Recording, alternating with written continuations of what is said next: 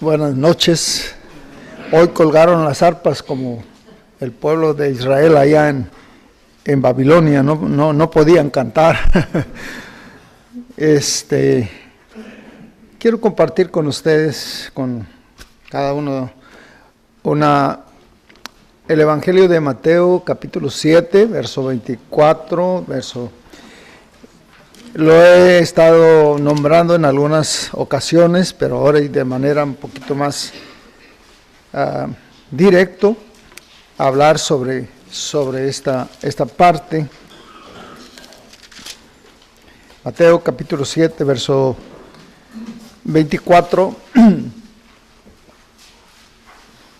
Y la razón por qué estoy compartiendo esta palabra, porque, bueno, a lo mejor lo he contado a alguien que nos toca vivir un tiempo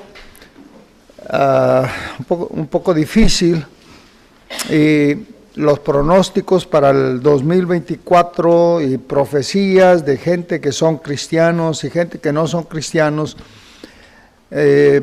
no son muy favorables. O sea que se espera que este sea un año muy difícil para muchos de las personas que estudian la Biblia. Aparte de lo difícil que pudiera ser, estamos hablando de que el arrebatamiento de la iglesia pudiera ser en cualquier momento. No lo sabemos exactamente, porque el día y la hora nadie la sabe, pero el tiempo sí, más o menos podemos estar entendidos de estas cosas. Jesús dijo en el Evangelio de San Mateo, cuando estas cosas, 24, cuando estas cosas comiencen a suceder, levantad vuestras cabezas erguidos. Y también dijo, de la higuera aprended, cuando las ramas están verdes, el verano está cerca. Y cuando estas cosas comiencen a suceder, entonces sabemos que está cerca. Y esto es hablando de la venida de este momento tan especial. Si tuviéramos que hablar, como alguna vez dije, matemáticamente, estamos, cuando Jesús dijo, de cierto os digo, que no pasará esta generación, y tuviéramos que hablar de los años que lleva una generación, pues no pasa de 100 años.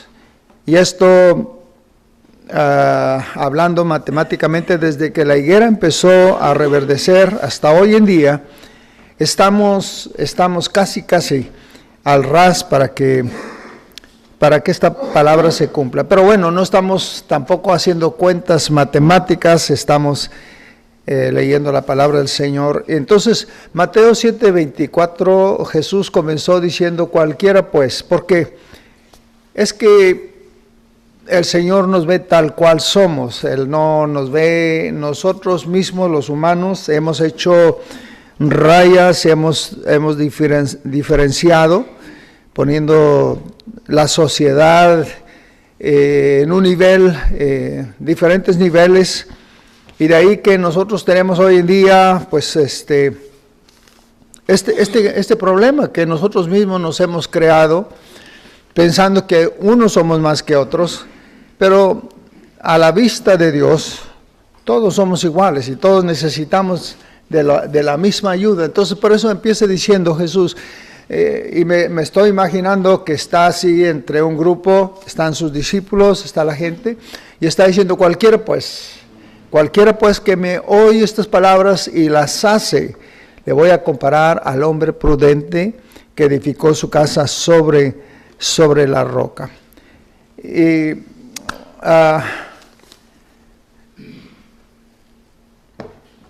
esto de alguna manera significa o quiere decir que la seguridad de nosotros como personas, pero también de nuestra familia, depende mucho del tipo de construcción. Estamos hablando de la construcción espiritual, ¿no?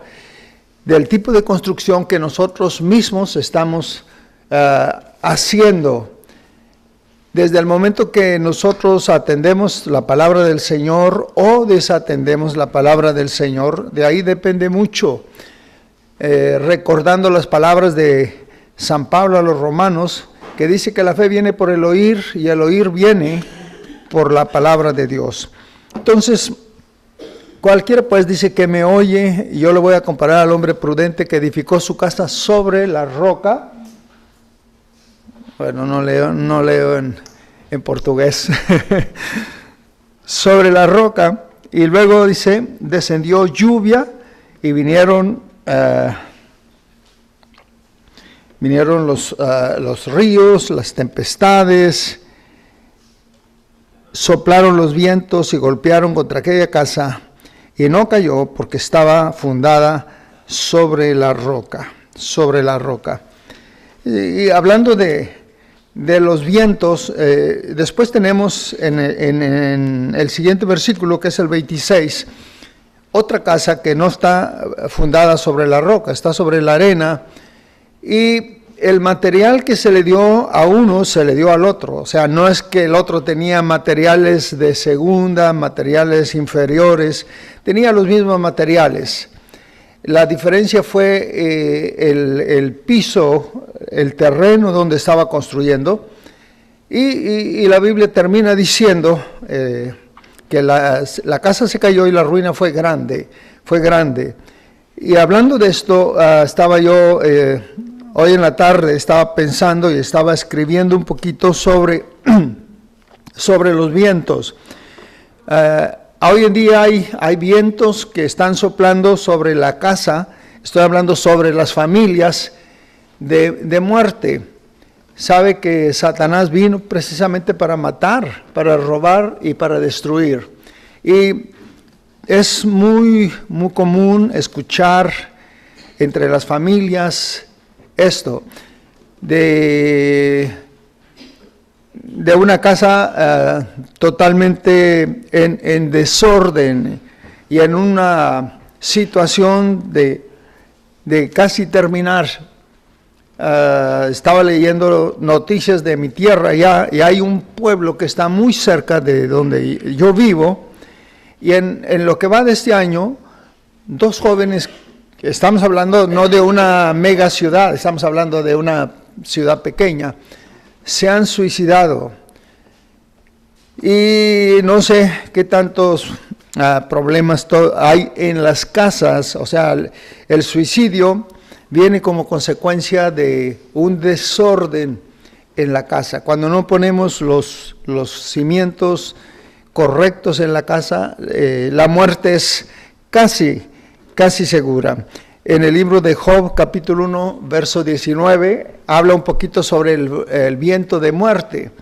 Dice la Biblia que el hombre que está a la cabeza de los patriarcas, llamado Job, de la noche a la mañana perdió todo lo que tenía. Era uno de los hombres más ricos de los orientales. Y empezó a perder todos sus bienes, su ganado, sus yuntas. Y lo último, estaban sus hijos en la casa de la hermana menor, celebrando alguna fiesta, no sé si cumpleaños o qué, pero estaban allí, dice, y de repente sopló un viento fuerte del desierto y destruyó la casa, y murieron los hijos de Job. Es a lo que le llamo vientos de muerte. Y si ven en la Biblia, dice, venía del desierto.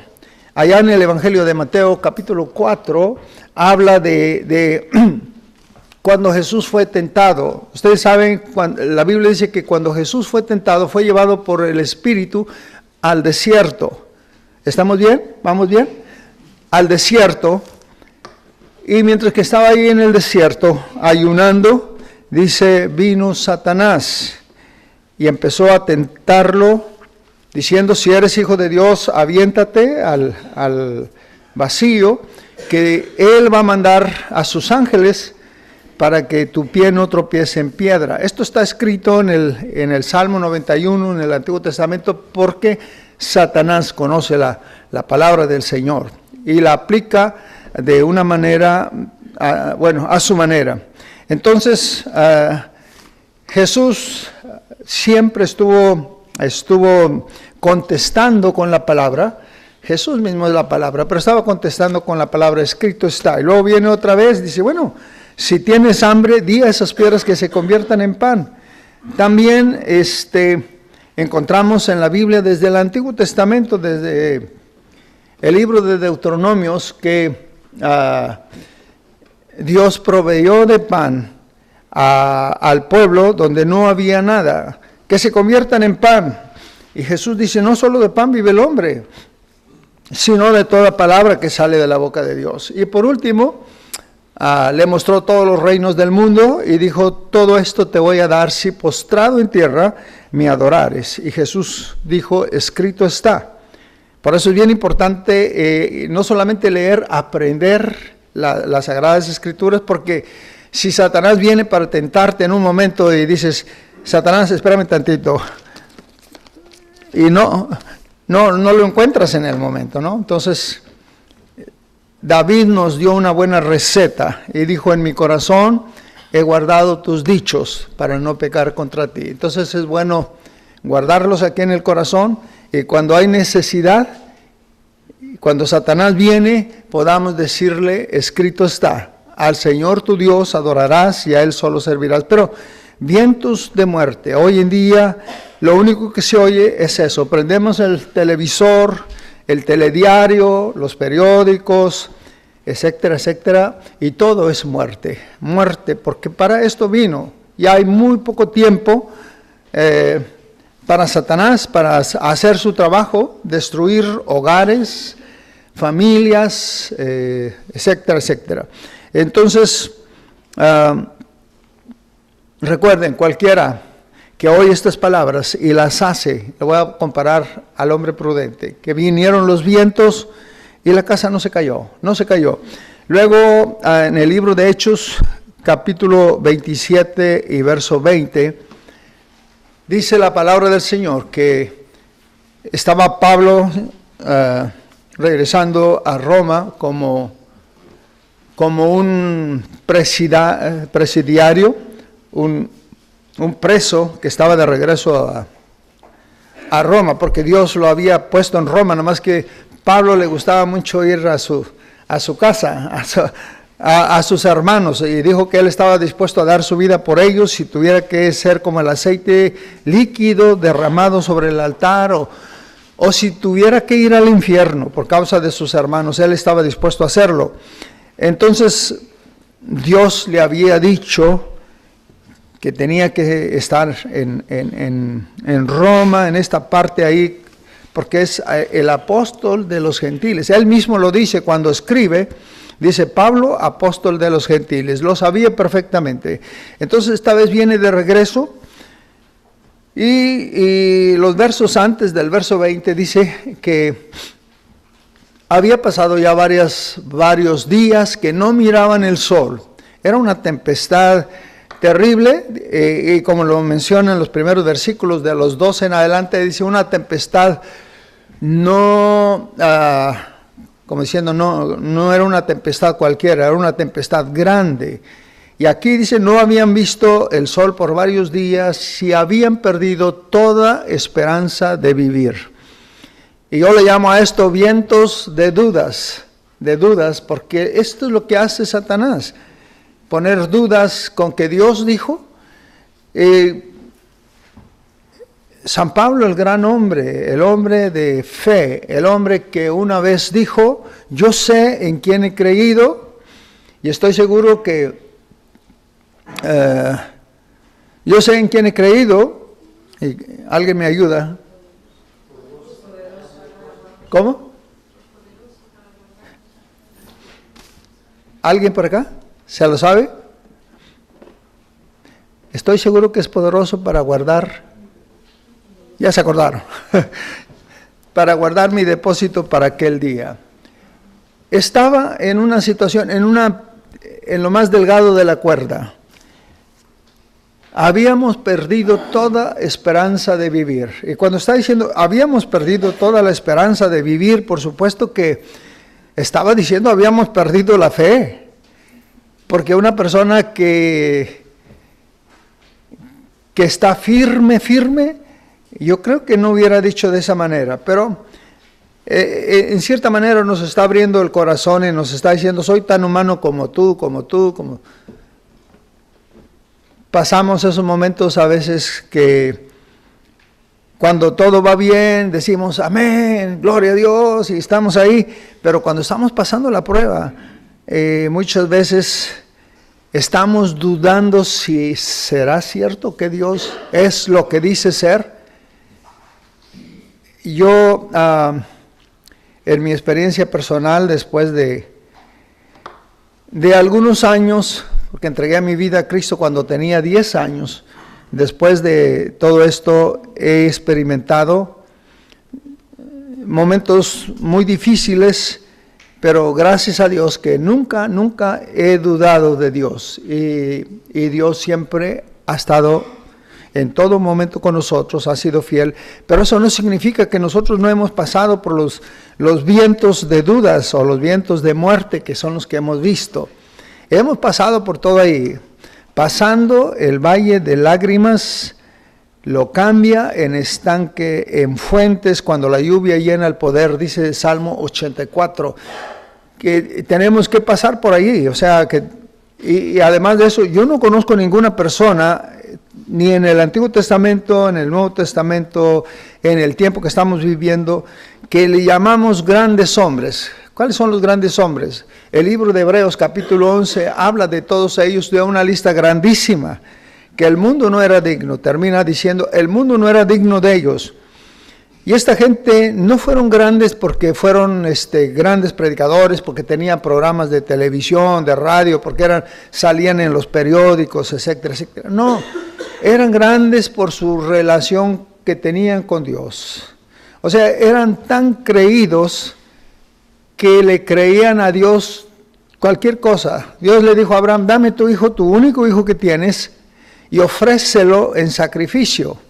Literalmente, la Biblia dice que Abraham entregó su hijo y a punto de sacrificarlo, y Dios, conociendo el corazón de Abraham, le dice a Abraham,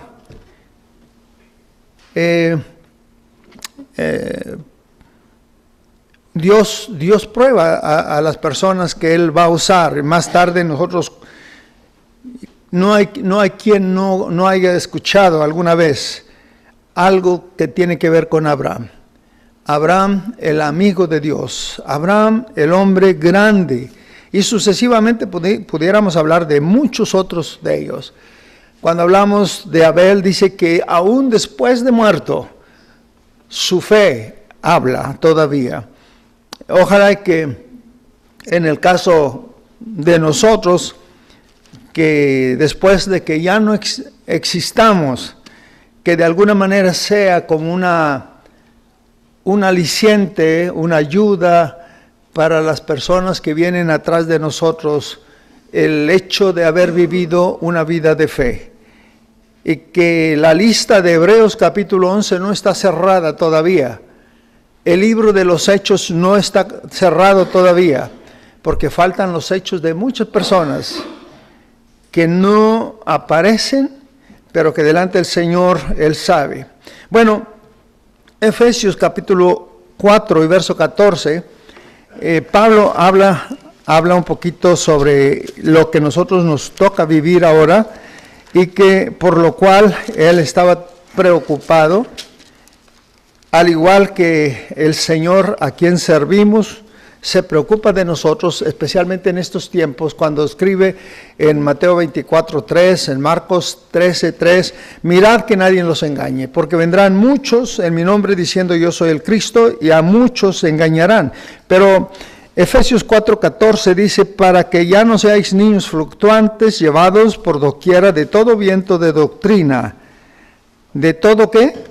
Viento de doctrina. Pablo miraba venir tantas doctrinas. Estaba leyendo un documental hoy precisamente, de una secta en Nueva York que estaban por abajo en los túneles en Nueva York. Creo que hay muchos túneles y ahí escondían muchas cosas, entre ellos sacrificios humanos de niños, de personas. Encontraron colchones con sangre, todavía no terminan, están trabajando sobre esto, una secta diabólica. Entonces vienen vientos de doctrina. Cada secta, aun cuando tiene el nombre la iglesia de Satanás, como que a la gente van por curiosidad, y Satanás no los recibe por curiosidad. Satanás los toma desde ese momento y se posesiona de las personas. Entonces, San Pablo está hablando aquí para que no seáis arrastrados por todo viento de doctrina, por estratagema de hombres, etcétera, etcétera. Y quise de alguna manera tocar estos versículos porque estamos hablando de vientos, y los vientos están soplando cada vez más fuerte, vienen tiempos muy, muy difíciles, y se hace necesario que nosotros podamos llegar a un punto donde llega el apóstol Pablo y dice: yo sé en quién he creído, estoy seguro que es poderoso para guardar mi depósito para aquel día. Que podamos llegar a un punto donde dijo Job, el capítulo 25 de su libro, dice: yo sé que después de deshecha esta mi piel, con mis ojos yo voy a ver a Dios, con mis propios ojos y no con los ojos de otro. Llegar al punto de saber en quién hemos creído, como el joven que fue sanado de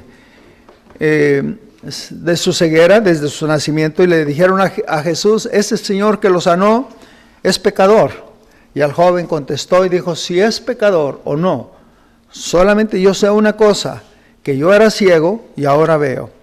Eso es que la fe es personal, no tiene nada que ver con que la heredamos porque nuestros padres o porque nuestros abuelos, etcétera, etcétera. Esto tiene que ser muy personal entre nosotros, llegar a ese punto de saber en quién hemos creído, porque tarde o temprano se va a probar, vamos a ser probados, como dice San Pablo al libro de Corintios, capítulo 3, la obra de cada uno va a ser probada por el fuego.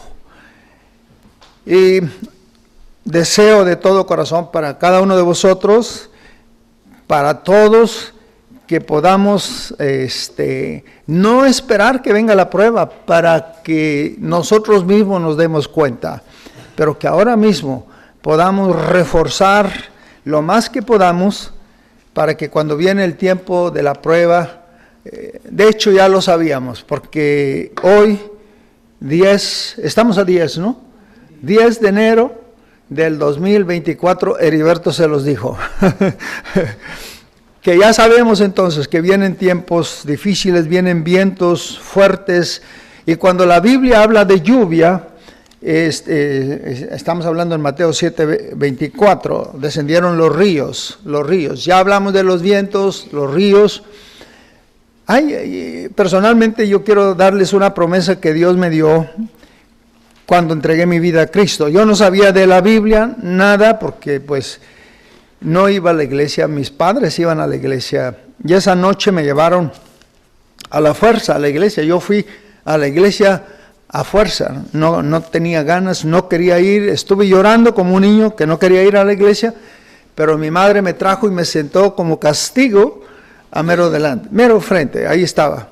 Pero esa noche Dios tocó mi corazón de una manera muy, muy especial. Yo no sé cuánto tiempo pasé llorando ahí, fue algo tan especial esa noche que cada vez que lo recuerdo lo vivo porque esos momentos son inolvidables. Y mientras que estaba ahí, vino un versículo que ha sido mío toda la vida, Isaías 43:2. Cuando pases por, ¿cómo dice? Cuando pases por los ríos, yo estaré contigo. y si cuando pases por las aguas yo estaré contigo, y si por los ríos, dice, no te anegarán. Cuando pases por el fuego, no te quemarás, ni la llama arderá en ti. Entonces, cuando estamos hablando de los ríos, pues desde mucho tiempo atrás, Dios me dio esa promesa y me dijo, cuando pases por los ríos, yo voy a estar contigo. Aun cuando a veces parece que nos estamos ahogando, yo voy a estar contigo. Y literalmente se cumple. Nosotros hemos leído la historia, pero es una historia real, ¿no? De la liberación que Dios hizo con el pueblo cuando lo sacó de Egipto. Tuvieron que pasar el mar, y mientras que estaban pasando el mar, dice la Biblia que las aguas se detuvieron a un lado y a otro, y ellos pasaron en seco. Esto, la ciencia no tiene con qué explicarlo, es inexplicable, porque estas cosas solamente Dios las hace. ¿Cuándo? Cuando nosotros le creemos a Dios, cuando nosotros confiamos en Dios, cuando nosotros estamos dispuestos, aun cuando, como dijo Job, si me mata, aún así yo voy a confiar en Dios. O sea, aferrarnos a Dios. El Salmo 73, el último versículo, no recuerdo qué versículo, cómo termina el Salmo 73, pero el último versículo dice, no tengo a nadie aquí en la tierra, solamente te tengo a ti, y fuera de ti no deseo nada. Lo único que quería era eso, quería a Dios, porque él sabía que Dios es la respuesta en cada necesidad, en cada situación, en cada problema, pero no solamente para nosotros. Dije la vez pasada de Hechos 16:31, cree en el Señor Jesucristo y serás salvo tú y tu casa. Tenemos hijos, en muchos de los casos de familias, hijos que no están entregados a Cristo. Hijos que no les importa, no les llama la atención, no quieren nada que ver con Dios. Nunca vamos a darlo por perdido. Vamos a estar orando por ellos, vamos a estar pidiendo a Dios por ellos y vamos a creer a Dios, porque el secreto está en creer. Cree, pero no una creencia mental aquí en la cabeza solamente. ¿Crees en Dios? Sí, yo creo en Dios. Pero creer implica entregarme a Él, creerle a Él, obedecerle a Él, y cuando yo llego hasta ese punto, entonces lo que Dios va a hacer es que va a alcanzar a ese hijo, a esa hija, a ese familiar que todavía no es convertido. Cuando viene una mujer a Cristo, la mujer sirofenicia, y le dice, Señor, mi hija es gravemente atormentada por un demonio. Y después de Jesús contestarle algunas cosas, y la mujer sigue insistiendo, entonces Jesús termina diciendo, oh mujer, grande es tu fe, que se haga contigo como creíste. Ve a 4 hombres que están plenamente creídos que Jesús puede sanar a un paralítico. El paralítico no sabe ni de qué se trata, simplemente se deja llevar. Y ellos vienen y quieren meterlo por la puerta, pero está llena la casa, entonces corren riesgos. Todas las personas que creen en Cristo tenemos que asumir ciertos riesgos. Entonces ellos rompen la casa por arriba. Esto significa que se están metiendo en un problema, ¿no? Porque el dueño de la casa igual los puede demandar por hacer esta cosa. Pero ellos vienen y rompen el techo de la casa y meten al enfermo justo donde está Jesús. Y cuando Jesús lo ve, dice al enfermo, tus pecados te son perdonados. Pero antes de eso dice, y Jesús, al ver la fe de ellos, ¿de quién ellos? De estos 4 hombres que rompieron el techo, que no les importó correr riesgos, no les importó otra cosa, llevaron a esta persona a Cristo. Y Jesús, al ver la fe, y siempre que Jesús ve algo en nosotros, ve la fe. Vio el sacrificio que estaba ofreciendo Abel, pero primero vio Abel, esto es Génesis 4:4, y después vio también la ofrenda. en Lucas 21, vio a la viuda y vio también la ofrenda. Ve siempre, primero, quiénes somos. Y cuando Él ve en nosotros y puede ver esa fe que hay en nosotros, lo único que Jesús va a terminar diciendo: grande es tu fe, que se haga contigo como tú has querido. ¿Cómo nos hace falta que podamos estar empapados de Dios, para que no dudemos? Porque la duda es pecado. Yo no sé si sabían que la duda es pecado.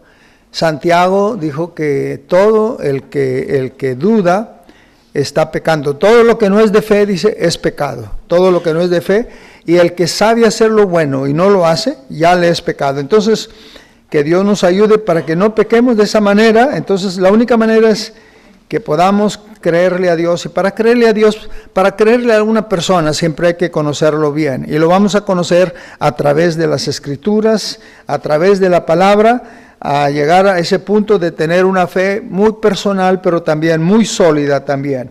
Bueno, la estructura del edificio es la parte primordial, la parte más importante que nos debe de preocupar, y más en un tiempo cuando ya los vientos están soplando. Cuando Jesús dijo estas palabras, era algo que se miraba por venir mucho tiempo después. No estaba hablando para ellos, está hablando para nosotros hoy en día.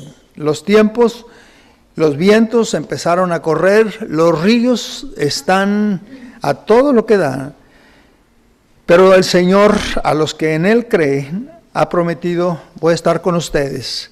Cuando pases por el fuego no te quemarás, ni la llama arderá en ti. Bueno, vamos a ir un poquito más adelante. La roca, en el libro de Mateo capítulo 16, y de los versos 15 en adelante. O sea, antes empieza a hablar, pero yo voy a hablar de esta parte. Empezando a lo mejor con el verso 16, Jesús le dice a Simón, que más tarde conocemos como Pedro: tú eres Simón Pedro, y tú eres, en esta ocasión dice Pedro, y sobre esta roca voy a edificar mi iglesia, y las puertas del infierno no prevalecerán. Tenía mucha razón el apóstol Pablo cuando escribe, a ver si vamos allí al libro de Corintios, 1 Corintios, 1 Corintios capítulo 3 y verso 11, hablando a los corintios, les dice de esta manera, dice: porque nadie puede poner otro fundamento que el que está puesto, el cual es Jesucristo. San Pablo fue el fundador de las iglesias gentiles y se dio cuenta por experiencia propia, porque en teoría él creo que conocía mucho. Cuando da su testimonio se jacta de su sabiduría, dice: bueno, yo me las sé todas. En cuanto a la ley, era fariseo, irreprensible. Todas estas cosas que para mí eran ganancia, dice a Filipenses capítulo 3, verso 10, todas estas cosas que para mí eran ganancia, las estimo como pérdida por tal de conocer a Cristo y el poder que lo resucitó de los muertos. Y luego después llegar a ser semejante a Cristo. Este era el deseo del apóstol Pablo, de conocer a Cristo, de saber.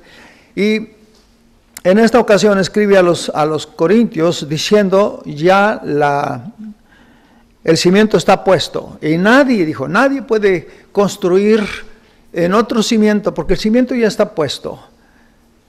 Yo creo que Pablo lo intentó alguna vez de que la gente supiera quién era él.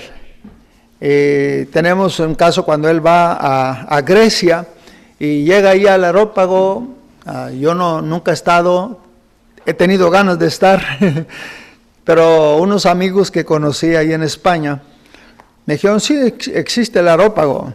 un lugar donde todos los filósofos iban a exponer sus filosofías, y los grecianos siempre con comezón de oír cosas nuevas, aunque no lo creían todo, pero oír.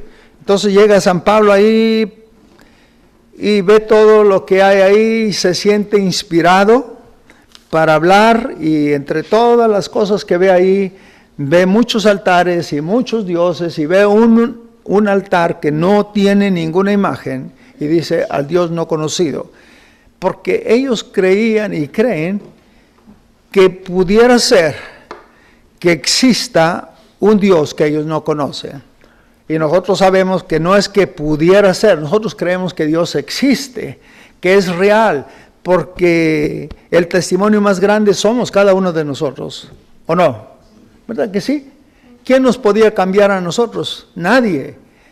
Los padres, el gobierno, solamente Dios pudo cambiar nuestras vidas. Por eso siempre le estaremos muy, muy agradecidos a Dios. Y Pablo empieza a dar su rollo ahí también. Por supuesto que habla de Dios, pero todos los teólogos piensan que él estaba hablando un poco de su sabiduría de él, y no tuvo mucho éxito. No tuvo mucho éxito. Yo no sé cómo se sintió al ver que la gente se empezó a ir cuando les empezó a hablar sobre la resurrección. Dijimos: Pablito, bye, ahí nos vemos en otra ocasión. Y cuando llega a los Corintios, le dice: hermanos, yo vine a ustedes no con palabras persuasivas de humana sabiduría, sino con la demostración del Espíritu Santo. Se da cuenta que él no puede poner otra base que se llame Pablo, la iglesia de Pablo, etcétera, etcétera.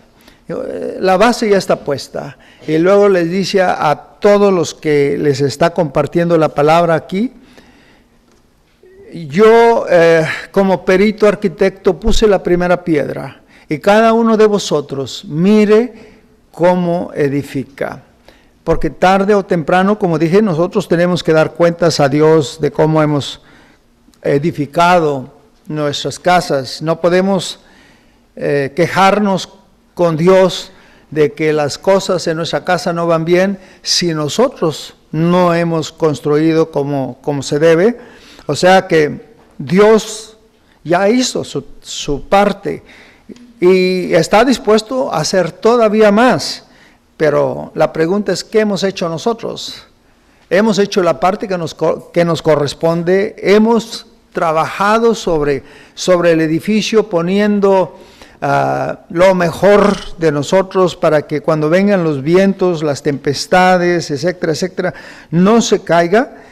Si nosotros pudiéramos contestar esta pregunta y decir que sí, la vez pasada yo dije que todo proceso lleva un tiempo. En muchas ocasiones es rápido, y en muchas ocasiones tiene que pasar un poco de tiempo. Entonces Jesús, después de el verso 16 de Mateo 16, el verso 17, dice: bienaventurado eres, Simón. Ahora nosotros nos preguntamos muchas veces ¿por qué Dios tenía que decir Simón? Si ya él miraba que Pedro, inspirado por el Espíritu Santo, había hecho la gran confesión de su vida: tú eres el Cristo, el Hijo del Dios viviente.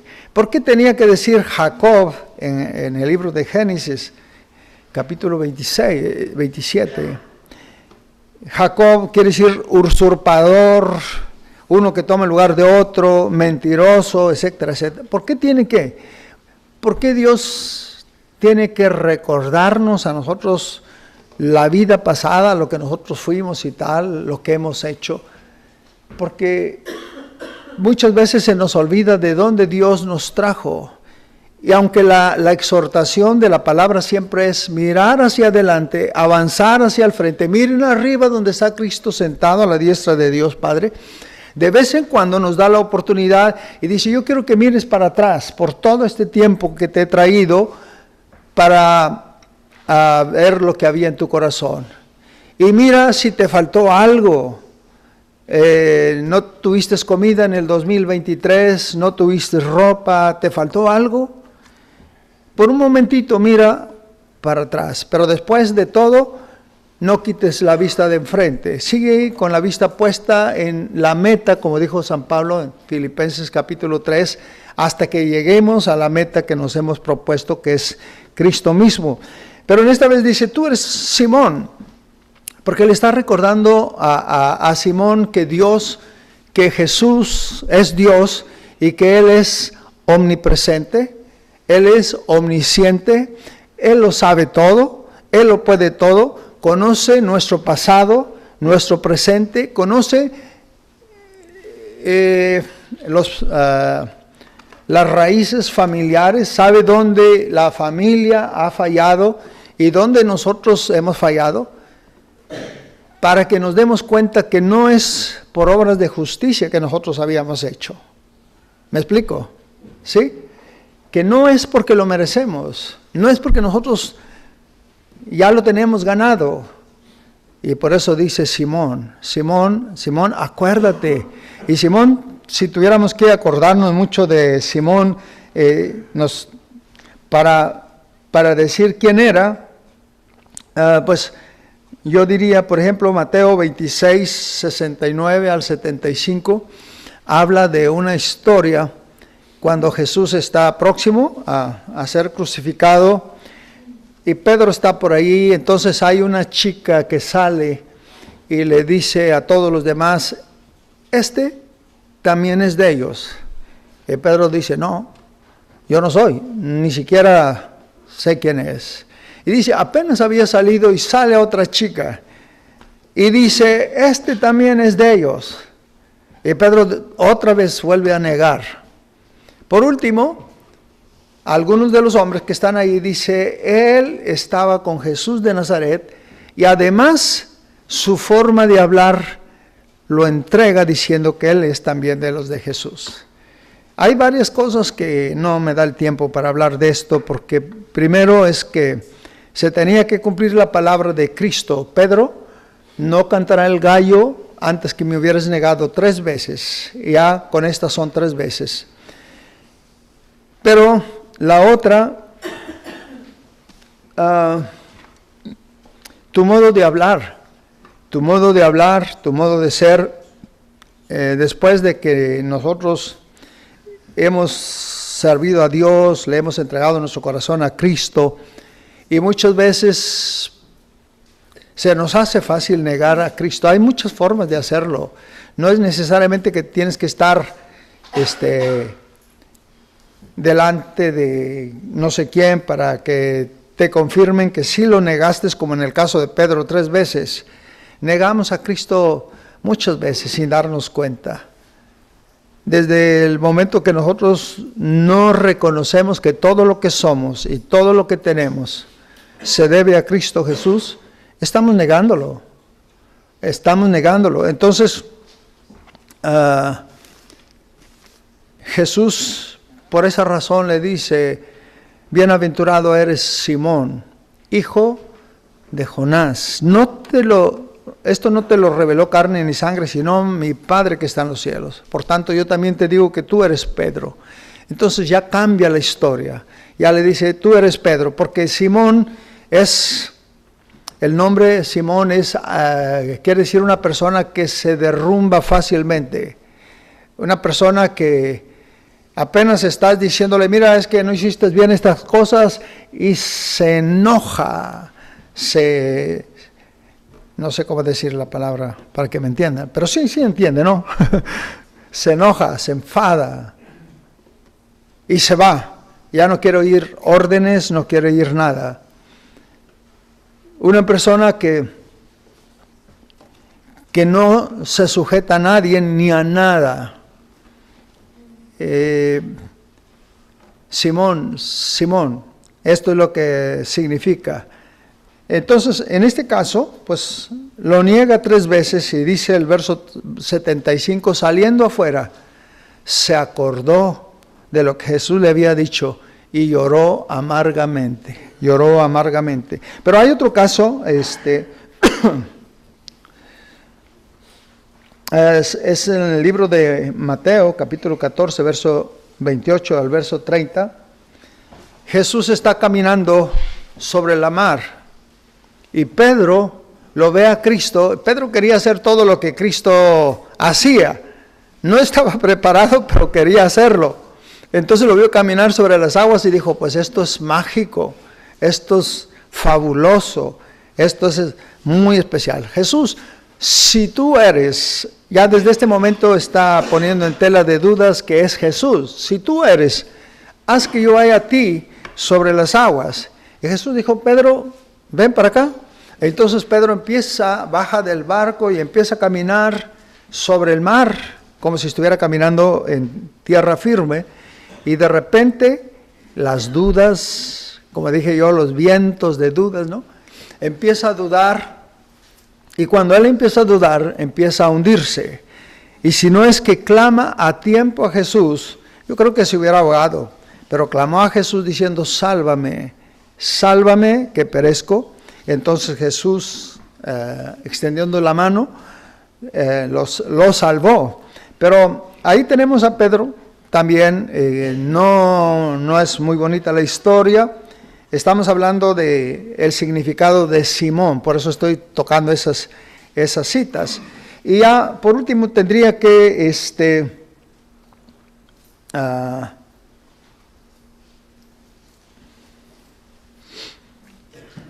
también es la parte cuando también los soldados están buscando a Jesús. Estoy en el Evangelio de San Juan, capítulo 18, verso 7, hasta el verso 10.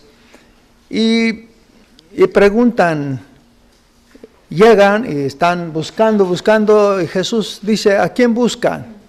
Dice, a Jesús de Nazaret. Jesús dice, yo soy.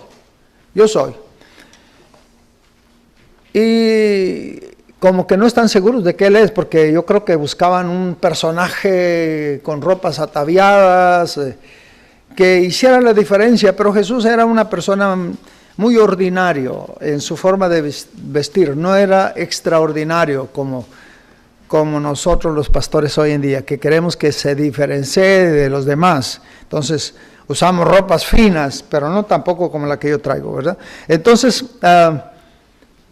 siguen buscando y Jesús dije, ya les dije que yo soy, y si vienen por mí, entonces dejen libres a estos. Y dice la Biblia que cuando los soldados se acercaron para tomar a Jesús, Pedro traía una espada, y sacó la espada y ¡zas!, le cortó la oreja al siervo del sacerdote. Y Jesús le dijo, Pedro, Simón, mete tu espada, porque el que espada mata, espada muere. Como les dije, estoy dando estos toquecitos solamente para que nos demos cuenta quién es Simón. Porque cuando ya actúa en el nuevo nombre que Dios le da, Pedro, piedra, Pedro se para y se para firme. Y lo tenemos escribiendo cartas, las últimas 2 cartas que escribe, primera y segunda de Pedro, un hombre plenamente sabiendo en quién ha creído, y les dice a los hermanos, dice, a quien amamos sin haberlo visto y en quien creyendo, aunque ahora no lo veamos, nos alegramos con gozo inefable y glorioso, obteniendo el fin de vuestra fe, que es la salvación que está preparada para ser manifestada en el tiempo postrero.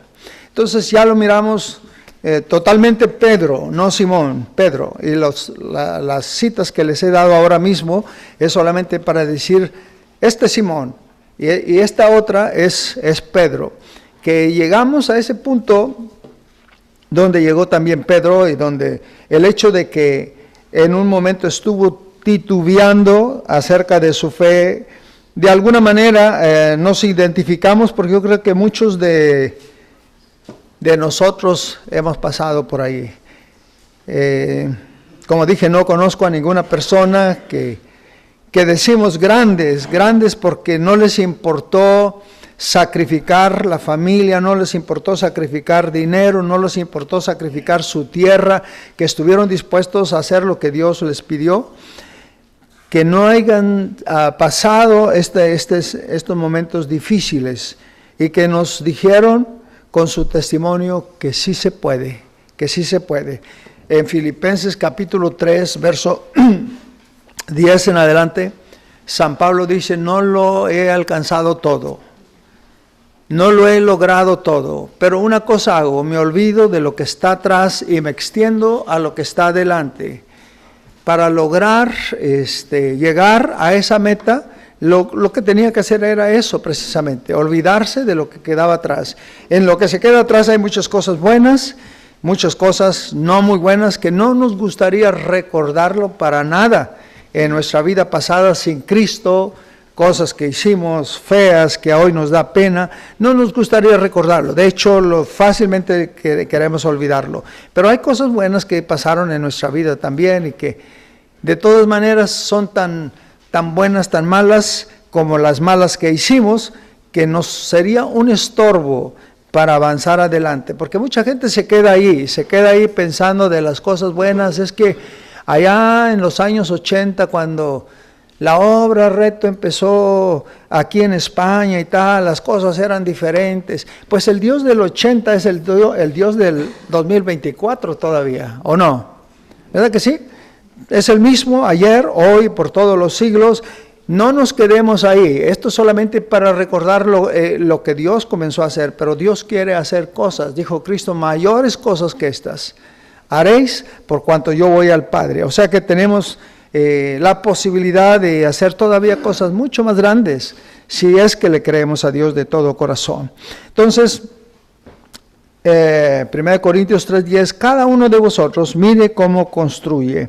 Y luego después de esto nos pone ahí, nos pone 3 tipos, o sea, 6, yo diría, tipos de materiales. Algunos como adorno, muy buenos, pero que no, en la hora de la prueba no van a servir para nada. Si esta noche les dijéramos: aquí hay un montón de piedras, hay un montón de oro, hay un montón de plata, acá hay madera, y la madera se ve muy bonito, mira, todo lo que se puede hacer con madera, es elegante, es bonito. En el libro de Cantares, capítulo 1 y verso 19, hay una señora muy satisfecha porque el marido le hizo una casa de vigas de cedro y de ciprés las paredes, y está tan contenta que dice: nuestra casa es de cedro, las vigas de nuestra casa son de cedro y de ciprés el artesonado, para decir: estoy contenta, y en cierta manera, hasta cierto punto, hay una cierta seguridad. Pero ya sabemos que cuando llegue el fuego, la madera no va a aguantar, la madera se va a agarrar fuego y se va a quemar todo. Estamos en 1 Corintios 3, 10 en adelante. El 11 dice: porque nadie puede poner otro fundamento que el que ya está puesto. El verso 12: y si sobre este fundamento alguno edificare oro, plata, piedras preciosas, madera, heno, hojarasca, la obra de cada uno será manifiesta, porque el día lo declarará, pues por el fuego será revelada, y la obra de cada uno, cual sea, el fuego la probará. Entonces, nuestro trabajo va a tener que ser probado, nuestra construcción va a tener que ser probado. Creo que después de tener la instrucción de parte del Señor y lo hacemos, tenemos la garantía. La garantía es: la casa no se va a caer, no se va a caer. No es que a la mejor, no, dice: cualquiera que me oye estas palabras, si las hace, le voy a comparar al hombre prudente que edificó su casa sobre la roca, y vinieron las tempestades, los ríos y tal, y la casa no se cayó. O sea, esto es Esta es una buena garantía que Dios nos da. Podemos decirle a Dios cuando sentimos que la casa como que se está cayendo, decirle, Señor, tú prometiste que la casa no se iba a caer, yo lo creo, y no importa que el mundo entero tiemble.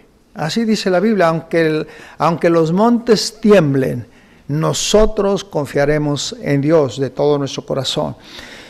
Entonces, cada uno dice, mire cómo construye, que se hace necesario que mirar es, estaba yo mirando una porción de la Biblia de Juan, cuando Jesús está hablando sobre la mujer samaritana y llega al pozo de Jacob y se sienta, y los discípulos van a traer comida porque piensan que tiene hambre, lo ven un poco distraído y un poco serio, entonces igual hace falta comer, y se van a comer y le traen la comida, y Jesús ve la comida y no le llama la atención. Maestro, aquí está la comida, aquí está, y Jesús dice, es todo, como que dijera. Entonces los discípulos dijeron, alguien le trajo, seguramente que alguien le trajo de comer. Y Jesús dijo, yo tengo otra comida que comer, que vosotros no conocéis. Y luego les dice, levanten los ojos en alto y miren que los campos están blancos para la siega. No decís vosotros que faltan 4 meses. Yo no sé aquí en esta parte de aquí cuánto tiempo dura una cosecha para hacerse, pero yo vivo en una zona donde en 1 hora cambia totalmente el clima. Nosotros vivimos en una zona cálida y la cosecha dura 3 meses. Pero vamos a la otra parte y la cosecha dura hasta 8 meses para hacerse, porque es demasiado frío la tierra, es muy frío, estamos a no sé cuántos metros sobre el nivel del mar. Entonces, una cosecha al año, mientras que donde yo vivo se pueden hacer fácilmente 2 cosechas al año en 3 meses, pero en este tiempo un aproximado eran 4 meses. No decir vosotros que faltan 4 meses para la siega. Yo digo, levanten los ojos y miren. ¿Qué diferencia hay entre levanten los ojos y miren? Porque uno levantando la vista, yo levanto la vista esta noche generalmente y los veo a todos, pero si yo quiero saber más de forma particular, de forma individual sobre cada uno, entonces entra la otra frase, mirad. Y Jesús pone un ejemplo de un señor que tenía 37 años junto al estanque y no había podido ser sano por 37 años. Cuando Jesús lo vio, dice, supo que llevaba mucho tiempo allí. Y le dijo Jesús a este señor, ¿por qué estás así? Y el hombre contestó y dijo, porque no tengo a nadie que me meta al agua, al estanque. Cuando el ángel baja y remueve el agua, otro antes que yo desciende. Pero a mí me llamó mucho la atención esa palabra, no tengo a quién. Y yo dije, pues Dios, la verdad es que nos da pena que Jesús pueda decir estas palabras, no tengo a quién. Entonces Jesús dijo, levanta los ojos y mira. Levantar es hacer una vista general de lo que hay, de lo que se ve, tal. Pero mirar va más allá. Acércate a la persona, mira cuál es su problema. Oye, ¿por qué estás aquí? ¿Qué te pasó? Hace un examen minucioso de la persona. Todos los detalles de mirar, pues yo creo que de ver, alzad los ojos y ved. Yo creo que todos los sacerdotes que iban ahí, porque esto era algo religioso, los escribas, los fariseos, todos habían visto a este señor ahí. Cada vez que iban 37 años, yo creo que algunos hasta ya se fastidiaron. Este señor, pues no sana, pero ¿por qué tiene que estar aquí estorbando su conciencia? Pero Jesús, que todo lo puede, que todo lo sabe, porque Él no solamente levantó la vista cuando estaba en la cruz del Calvario, Él nos miró a nosotros, que no había nada bueno en nosotros, desde la mollera hasta los pies, dice, es hinchazón y es pudrición. No había nada bueno sobre nosotros. ¿Cómo podemos darnos cuenta que yo estoy viendo una mujer que está muy triste ahí y tal? Puede ser un problema emocional, pero ¿qué tal que si es una enfermedad terminal, cáncer, diabetes? Yo no me voy a dar cuenta, nada más verla de lejos no es suficiente. Yo quiero ver, señora, señor, ¿por qué está usted triste? ¿Qué le pasa? Te metes ya más en el asunto. Esto es lo que Cristo dijo, y mirad, que podamos ver las cosas como Cristo los ve. Y solamente cuando nos ponemos en los ojos de Jesús, podemos ver como Jesús, podemos sentir como Jesús sentía y podemos hacer como Jesús hacía.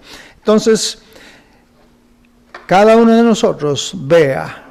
En el pueblo de Dios no debe de haber gente ignorante que dice, es que no vi, es que no me di cuenta.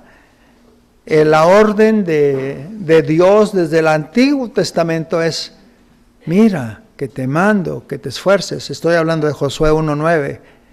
Es que no hay pretexto, no podemos aparentar delante del Señor como ignorantes que no sabemos. El Señor dice, mira, abre los ojos. Y llega el momento que tenemos que ver qué estamos haciendo con nuestra casa. Y nuestra casa implica nuestra familia, pero también la familia en Cristo Jesús. ¿Qué estás haciendo? Entonces, mirad cada uno de vosotros cómo está construyendo. ¿Estás usando los materiales correctos o solamente estás haciéndolo fácil? ¿No quieres liarte haciendo cosas que te van a costar trabajo, que te van a costar un poquito de sacrificio, que tendrás que alguna vez sacarte lo último que tienes para dárselo a esa persona, etcétera, etcétera? Entonces, que veamos bien dónde estamos construyendo. Y ya voy a terminar. ¿Cómo sabemos nosotros que nosotros estamos haciendo bien las cosas? Como yo dije, bueno, tiene que ser una relación muy personal con Dios, de tal forma que nosotros lo conocemos a Él, pero Él nos conoce a nosotros. Cuando San Pablo escribe a los hermanos de Galacia, dice, y conociendo a Dios, o más bien siendo conocidos por Dios, rectifica, porque Dios nos conoce, Dios sabe, pero nada más una cita que voy a usar aquí en la primera carta de Juan, capítulo 2 y verso 3, que dice de la siguiente manera, 1 Juan 3:2, y en esto sabemos que nosotros le conocemos si guardamos sus mandamientos. En esto sabemos si nosotros le conocemos o no. Una persona que conoce al Señor querrá guardar su palabra, querrá hacer lo que su palabra nos enseña. No se portará de una forma rebelde, de una manera negativa, pero siempre estará dispuesto de alguna manera a demostrar que Cristo vive en su corazón, que Cristo está viviendo, como dijo Pablo a los Gálatas, no vivo yo, pero Cristo vive en mí. Y para esto, como yo dije, bueno, tiene que ser un conocimiento amplio. Y para conocer a Dios, muchas veces, o la más segura es a través de la palabra del Señor. Nosotros vivimos antes de donde estamos viviendo ahora, más o menos como a unos 700 kilómetros más al norte de nuestro país. Y fui pastor de una iglesia, o construimos varias iglesias ahí. Y recuerdo que teníamos un grupo de jovencitos en ese tiempo que estaban estudiando. Y después de años, yo creo que 20 años o más de 20 años, yo regresé ahí y encontré en la calle, a esos jóvenes ya señores, señoras, casados y tal.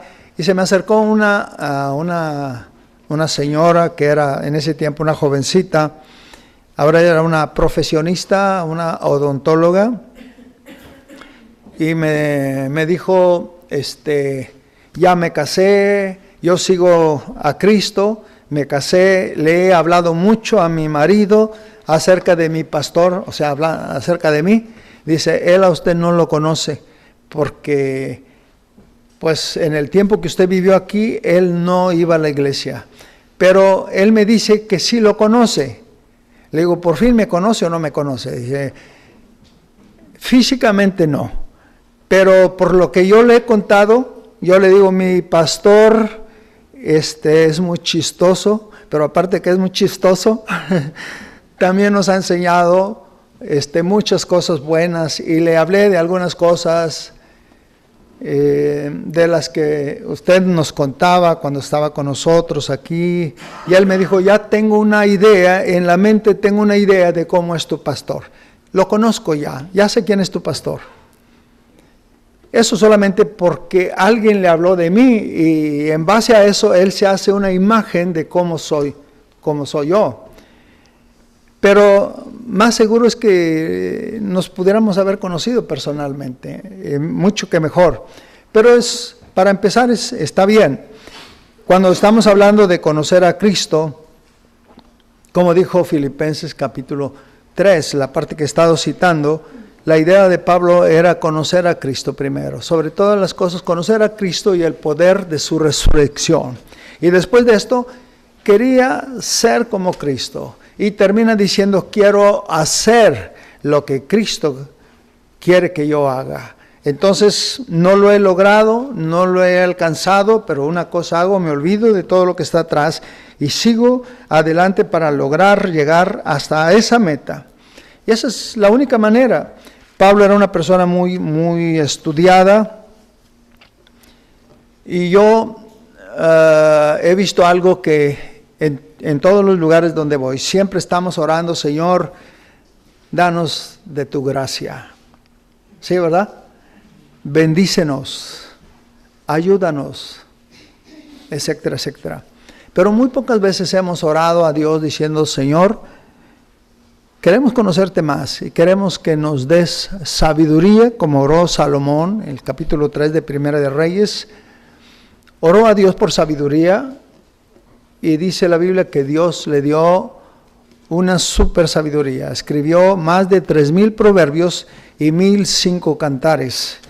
Entonces, cada vez que él hablaba, abría la boca, antes que él abría la boca, sus oyentes ya estaban con la boca abierta, porque estaban chupando de la sabiduría de él. Cada vez que él hablaba eran proverbios sabios, consejos sabios, palabras sabias que hablaba, y la Biblia lo llama el sabio Salomón, porque Salomón pidió a Dios sabiduría para saber discernir entre lo bueno y lo malo, y que a nosotros yo veo que nos ha faltado muchas veces, y es la razón por qué patinamos mucho, estamos batallando mucho, porque hemos pedido de todo menos sabiduría, que Dios nos dé sabiduría. ¿Se acuerdan de Cristo en Lucas capítulo 2, verso 40? Dice, y Jesús crecía en gracia y en sabiduría para con Dios y para con los hombres. Que Dios nos ayude, que podamos crecer en la gracia y en la sabiduría, que la sabiduría de Dios siempre es mucho mejor que la sabiduría del mundo. La sabiduría del mundo, Santiago lo llama que es sabiduría animal, pero la sabiduría que viene de arriba es pura, dice la Biblia, es santa. Entonces que Dios nos llene de esa sabiduría, porque el profeta Oseas en el capítulo 4 y verso 6 de Oseas dice, mi pueblo fue destruido porque le faltó. ¿Alguien se acuerda de ese verso? Oseas 4:6, mi pueblo fue destruido porque le faltó conocimiento. Entonces necesitamos, nadie puede decir yo ya sé todo, necesitamos cada día estarnos llenando de Dios para que podamos. San Pablo dice en la primera carta de Timoteo, capítulo 1, verso 3, porque vendrá el tiempo cuando la gente no sufrirá la sana doctrina. Y cuando está hablando de esto, a nosotros nos toca vivir este tiempo. Viene el tiempo cuando la gente no le afectan de ninguna manera, dice, porque hoy en día hay evangelio para todos, todo tipo de personas. No sé si saben que hay iglesias, inclusive traducciones bíblicas de la Biblia para darquetos, para lesbianas, para homosexuales, etcétera, etcétera. Hay un evangelio para todo tipo de personas. Entonces, cuando oyen la verdad y no les gusta, pues pueden ir a cualquier otro lugar. Y San Pablo ya lo miraba venir, dice, vendrá tiempo cuando no sufrirán la sana doctrina, sino que teniendo comezón de oír, se amontonarán maestros falsos, y a nosotros nos toca vivir este tiempo. Por eso la necesidad de llenarnos de Dios, de la palabra del Señor, para que podamos estar preparados para este tiempo. Ya no les puedo decir que para el postrer tiempo, estoy hablando del tiempo presente que nos toca a nosotros vivir. Sí, la primera cita que les daba de 1 Timoteo 1:3 es Pablo diciéndole a Timoteo, te dejé en Éfeso para que mandases que no enseñen falsas doctrinas.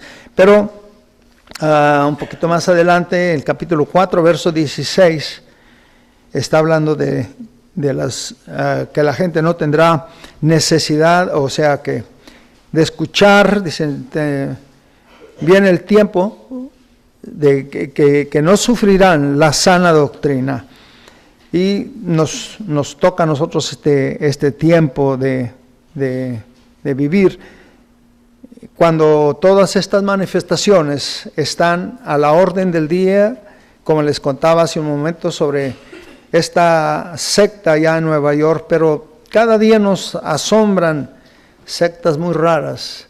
Hoy estábamos hablando, algunos ahí en el comedor, sobre que muchas de las personas, que una de las religiones que proliferan en grande en el mundo en general, también hablan de Jesús.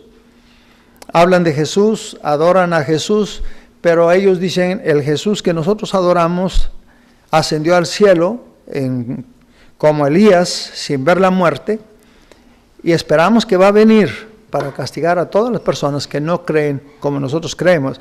Entonces, si este Jesús no sufrió la muerte y no resucitó, San Pablo dice a los Corintios, nuestro evangelio es en vano. Si Cristo no resucitó, nuestro evangelio no sirve para nada. Pero gracias a Dios que Jesús mismo es primicias de los que durmieron y es la base del evangelio que nosotros predicamos hoy en día. Bueno, San Pedro termina diciendo en su primera carta de San Pedro 3, verso 15, dice, debemos de estar nosotros preparados para contestar con mansedumbre, tampoco enojados, enfadados, con mansedumbre ante toda aquella persona que demanda acerca de la esperanza que hay en nosotros.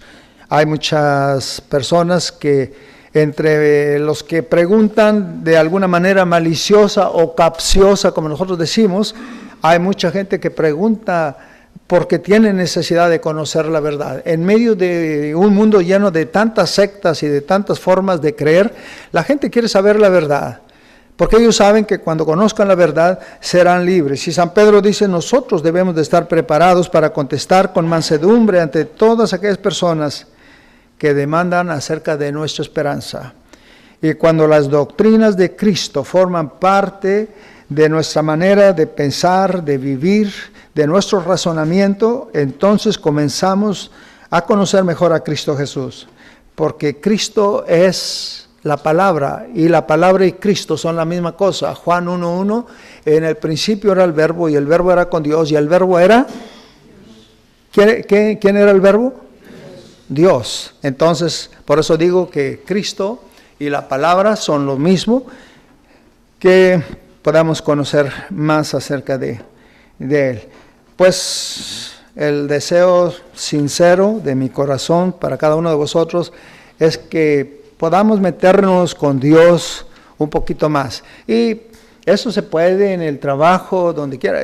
Yo cuando estoy en México, casi no estoy en mi casa, estoy siempre también fuera de la casa y muchas veces quiero decir que parte de las personas que sirven en el ministerio se han formado en los viajes, porque cada viaje que yo hago aprovecho y les doy todo lo que puedo de mí por varias razones. Una, porque lo que dijo Pablo a Timoteo, lo que has visto en mí, lo que has aprendido de mí, esto enseña a otros hombres. Pero la segunda, porque creo que no tenemos mucho tiempo.